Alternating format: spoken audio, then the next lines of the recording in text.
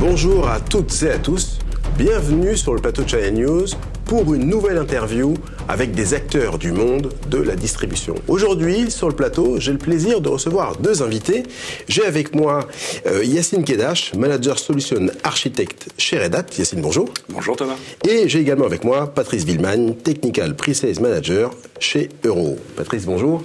Bonjour. Alors messieurs, nous allons parler aujourd'hui d'un sujet qui a une importance croissante pour vous, pour les revendeurs également, qui est celui de l'automatisation. Alors peut-être une première question pour vous, Patrice. On sait qu'aujourd'hui, les demandes d'automatisation augmentent beaucoup, d'une part de la part des utilisateurs finaux, mais également de la part des revendeurs. Qui se trouve justement à l'origine de cette demande? Est-ce que c'est plutôt les clients ou est-ce que c'est plutôt les partenaires qui viennent vous voir et vous disent « Bon, écoutez, moi j'ai face à moi des gens qui ont des besoins, il faut qu'on puisse apporter une réponse ». Alors c'est vrai que cette notion de transformation aujourd'hui, on va parler de transformation numérique entre autres, nécessite aujourd'hui beaucoup de demandes autour de toute cette partie automatisation des processus IT. Alors c'est vrai que la demande, entre guillemets, elle est conjointe entre les partenaires et les clients, puisque quelque part c'est un véritable besoin et c'est un enjeu stratégique pour actuellement et pour justement les années à venir.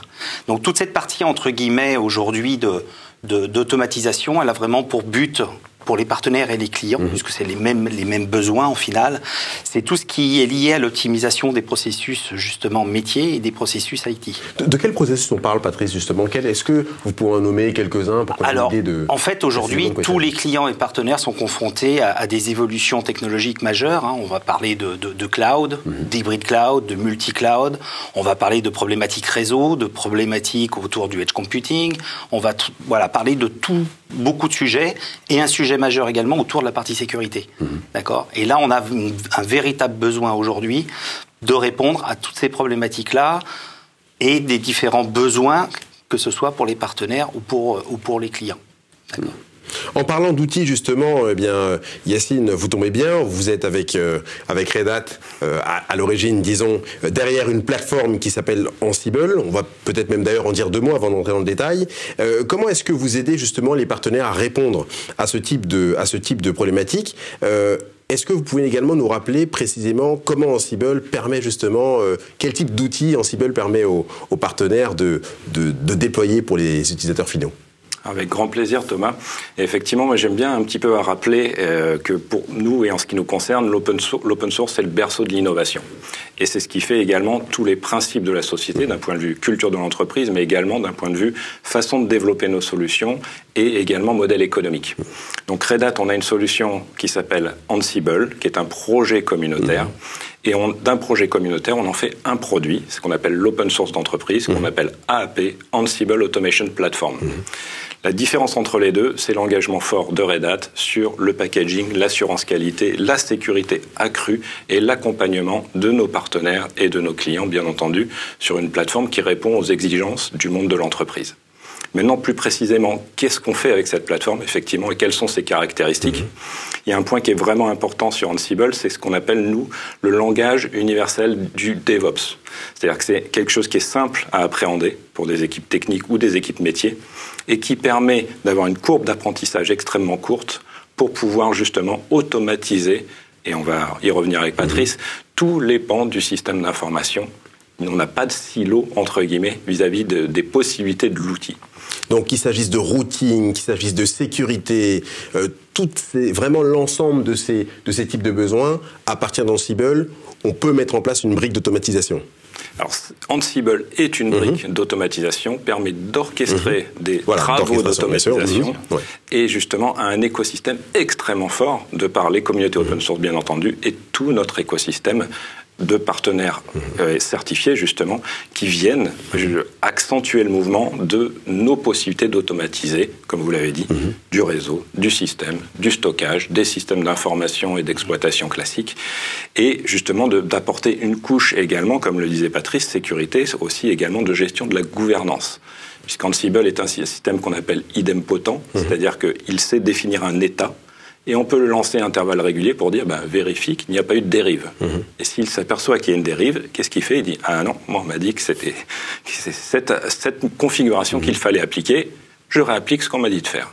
Donc ça, c'est vraiment aussi extrêmement important pour garantir la sécurité et la gestion de la gouvernance à l'échelle de l'entreprise et de façon surtout complètement automatisée. Et tout ça, ça facilite la tâche, bien sûr, aux revendeurs, Patrice. Ça facilite la tâche, bien sûr, des partenaires. Ça permet aussi, et pour compléter ce que vient de dire Yacine, il y a aussi tout cet aspect réglementaire qui est extrêmement important, puisqu'aujourd'hui, dans, je dirais, ces processus métiers, on nous demande souvent d'avoir des notions de traçabilité et d'auditabilité, justement, de toutes les opérations qui sont réalisées par les partenaires, bien sûr, puisque ça, c'est à la demande des clients, mais également des clients eux-mêmes, qui ont des obligations en termes de normes, en termes de directives gouvernementales ou directives diverses et variées. Donc là, il y a un vrai sujet par rapport à ces points-là.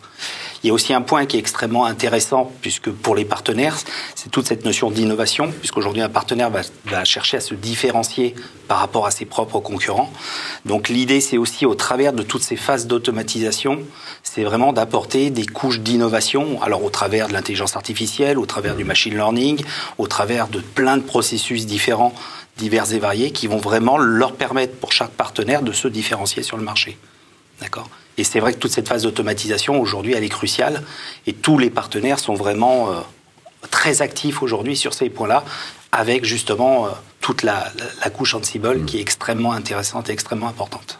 Comment vous accompagnez les partenaires, Patrice, du côté d'Euro, justement, pour qu'ils puissent déjà se saisir de ces solutions, les comprendre, et puis après les déployer, et puis mettre à jour, effectivement, leurs connaissances vis-à-vis des nouvelles fonctionnalités, parce que vous l'avez dit, Yacine, hein, on est sur un produit communautaire, ce produit communautaire évolue régulièrement, donc peut-être un bout de réponse pour vous, Patrice, et un bout pour Yacine également. Exactement, donc c'est vrai qu'Arrow, en tant que distributeur de services à valeur ajoutée, aujourd'hui a un rôle majeur, je dirais, auprès des partenaires, puisque un de nos objectifs principaux, d'accord, on va dire, c'est vraiment aujourd'hui d'accompagner les partenaires sur leur formation, typiquement, de les aider aux certifications. Et là, avec Red Hat, justement, il y a tout un catalogue qui est mis à disposition pour aider les partenaires à se former, à se certifier par rapport à l'ensemble de ces différents éléments. Également, en fait, le rôle aujourd'hui d'Arrow, c'est également on a un catalogue de solutions qui est extrêmement important. Donc l'idée, c'est d'être capable à un moment de faire travailler toute cette interopérabilité des différentes solutions les unes avec les autres, puisque le principe de l'automatisation, c'est de faire communiquer des solutions qui, même des fois à l'origine, ne sont pas faites pour discuter entre elles. Et ça, c'est vraiment un point ultra important. Et puis bien sûr, après, la mise en écosystème. C'est-à-dire qu'il y a des partenaires qui sont très forts sur certains sujets. Et l'objectif, c'est de rassembler les forces de plusieurs partenaires pour répondre à des problématiques chez certains très gros clients ou même des plus petits clients, puisque cette phase d'automatisation, on ne peut pas dire que c'est uniquement dédié à des très grands comptes, c'est aussi pour quelle que soit la taille de l'entreprise, puisqu'il y a un véritable besoin aujourd'hui par rapport à tous ces points-là. Yacine, un mot sur votre rôle dans cette montée en compétences et cet accompagnement des partenaires. Effectivement, comme le dit Patrice, on a un catalogue extrêmement large de formations. Des formations extrêmement pointues d'un point de vue technique. Quand on parle de certification chez Red Hat, pour vous donner un exemple, il y a un taux de réussite de 50% à ces certifications. Elles sont exigeantes. Elles sont très exigeantes même. Mais elles sont extrêmement formatrices. Oui. C'est vrai. Et elles sont dures, mais elles sont formatrices. Exactement. Voilà. Et on accompagne, nous, effectivement, nos partenaires, nos clients, puisque ce sont les mêmes formations. Et moi, dans mes équipes à vente, ce sont les mêmes formations que passent aussi mes équipes. Donc on est à même d'accompagner et c'est un vrai vecteur effectivement pour justement monter en compétences et également pour acquérir des nouveaux talents, puisqu'on l'a dit, on a parlé d'open source, mais le vecteur de l'open source, c'est certes beaucoup d'innovation, aussi beaucoup d'attrait vis-à-vis de tous les jeunes talents dont toutes les entreprises, et on est bien placé pour le savoir, ont besoin aujourd'hui. Un mot, Patrice, si vous voulez bien, je veux juste revenir sur un détail. Vous avez parlé d'écosystème. Qui encourage en fait cette mise en place justement d'écosystème, sachant qu'il y a des partenaires qui vont plutôt être forts en partie sécurité, d'autres plutôt en cloud, ainsi de suite. Est-ce que c'est vous qui leur dites, écoutez, peut-être que vous devriez vous positionner là-dessus avec tel autre de vos partenaires de jeu, ou est-ce que c'est plutôt Euro qui ayant peut-être d'autres relations avec les partenaires, eh bien vous leur permettez de se connecter? On essaie de travailler en bonne intelligence. C'est-à-dire chaque fois qu'il y a un projet, on discute. Enfin, il y a vraiment un travail tripartite entre l'éditeur, Arrow, et le partenaire ou les partenaires qui ont besoin à un moment d'intervenir sur un projet. Et c'est vrai qu'on ne peut pas faire quelque chose qui est systématique, On est vraiment obligé de faire du cas par cas, puisque les demandes et les besoins sont à chaque fois un petit peu différents. Donc on a une énorme synergie aujourd'hui entre Red Hat, entre Arrow, entre les partenaires, et puis surtout aussi tous les éditeurs avec qui on travaille, puisque quelque part, c'est vrai qu'aujourd'hui, Ansible est présent aussi bien, alors tout type d'éditeur, d'accord, que ça soit IBM, bon, c'est vrai qu'il y a un rapprochement très fort entre Red Hat et IBM, c'est certain, mais avec Microsoft, avec Nutanix, avec tout un tas d'acteurs du marché qui sont aussi majeurs sur ces différents points. Donc une diversification systématiquement et presque du cas particulier, c'est quasiment du cousu humain à chaque fois. Est-ce que vous voulez dire un mot là-dessus? Oui, alors volontiers, effectivement, si je peux ajouter sur notre côté éditeur et notre côté extrêmement ouvert, nous, l'interopérabilité avec les autres éditeurs, c'est effectivement important. Quand je parlais d'écosystème tout à l'heure, de solutions entreprises, aujourd'hui, pour vous donner un ordre d'idée, on a 200 éditeurs tierces qui ont un moyen d'automatiser avec Ansible leur outil. Plus de 200. Donc on en a cité quelques-uns. On peut ajouter, quand je parlais réseau tout à l'heure, vous citez n'importe quel constructeur réseau aujourd'hui a des capacités d'automatiser ses équipements, son logiciel avec de l'Ansible. Donc ça, c'est extrêmement fort pour nos partenaires communs, nos clients. Et pour nos partenaires, ça leur permet également de se focaliser sur leur expertise et d'apporter aux clients ce que les clients demandent et attendent aujourd'hui. Automatiser tout ce qui peut l'être, toutes les tâches rébarbatives et simples, et focaliser les équipes et l'expertise des équipes sur ce qui apporte vraiment de la valeur à l'entreprise. Ça, c'est très intéressant et je pense qu'il faut le répéter juste pour être sûr de l'avoir compris. On est sur une plateforme qui est, vous l'avez dit tous les deux, très ouverte. Donc la limitation, elle n'est pas technologique, parce que vous avez dit l'un et l'autre qu'il y a énormément de partenaires de votre côté et des deux. Donc à aucun moment, on va avoir... En tout cas, ce sera très rare qu'un partenaire arrive et dise voilà, moi j'aimerais proposer telle chose avec tel partenaire technologique. Vous n'allez pas mettre de limitation. C'est vraiment quelque chose de très ouvert. Alors, déjà, nous, dans notre modèle de développement, c'est open source. Donc forcément, c'est ouvert. N'importe qui peut venir dans la communauté et développer ce qu'on appelle upstream et faire des propositions. Après, c'est un choix de la communauté d'avaliser ou pas. Mais effectivement, c'est extrêmement ouvert. Et nous, Ansible, et notre plateforme Ansible Automation Platform, c'est le produit chez Red Hat le plus transverse, justement, en termes de périmètre. Le périmètre couvert par Ansible, aujourd'hui, s'étend tous les jours, je peux dire. Une dernière... Pardon, allez-y, Patrice, si vous voulez compléter. Non, c'est vrai que la partie Ansible, aujourd'hui, est nativement, par exemple, intégrée dans des solutions. Alors, je vais parler d'IBM, que je maîtrise un petit peu mieux également aussi de mon côté. Mais aujourd'hui, la partie Ansible est totalement intégrée sur toute la partie, ce qu'on appelle IOPS, et directement, nativement, et prête à l'emploi. Donc là, l'ouverture, elle est vraiment... tout de suite exploitable.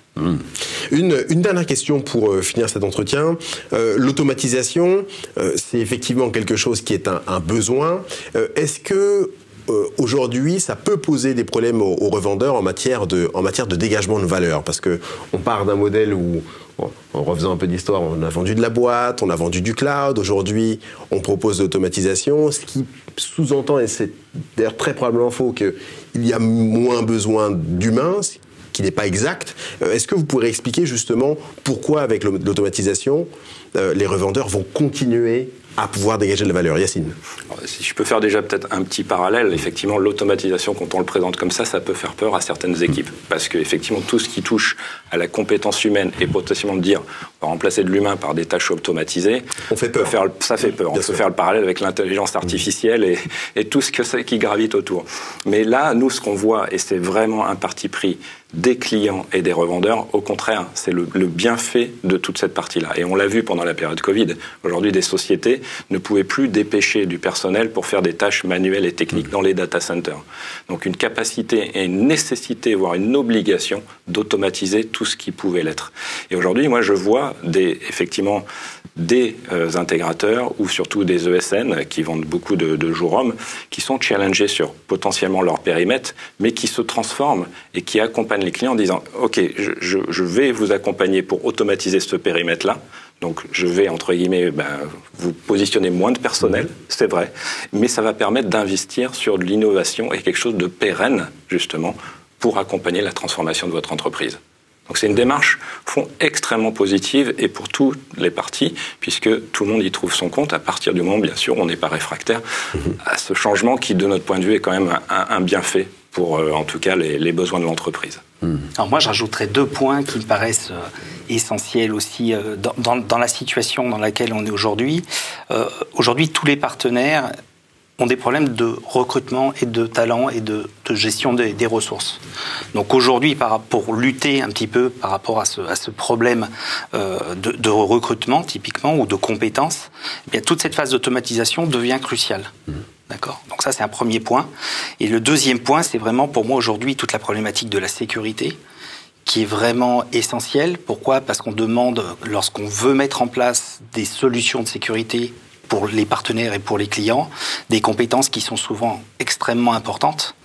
Le fait de pouvoir utiliser des solutions qui sont quasi automatisées, alors il y a toujours une intervention humaine, quoi qu'il en soit, mais tous ces points aujourd'hui sont vraiment cruciaux parce que tout le monde est sensible aux attaques et aux cyberattaques, surtout dans l'environnement dans lequel on est en ce moment.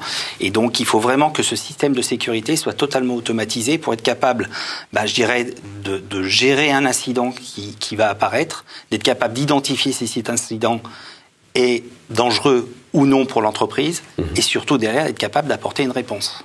D'accord ? Et c'est là où on voit les limites du côté humain, où si on laisse trop de temps pour traiter certains sujets, eh bien, ça peut être vital, ça peut être vital pour l'entreprise. Donc toute cette phase d'automatisation qu'on va compléter avec plein de systèmes différents, grâce à la partie Ansible, va venir justement aider les partenaires, aider les clients pour pouvoir répondre à toutes ces problématiques-là. Écoutez, je pense qu'on peut pas dire mieux que ça. Messieurs, merci beaucoup d'avoir été avec nous aujourd'hui. Merci à vous de nous avoir suivis. Je vous souhaite une excellente journée. Je vous dis à bientôt sur le plateau de Channel News pour une prochaine interview. Au revoir.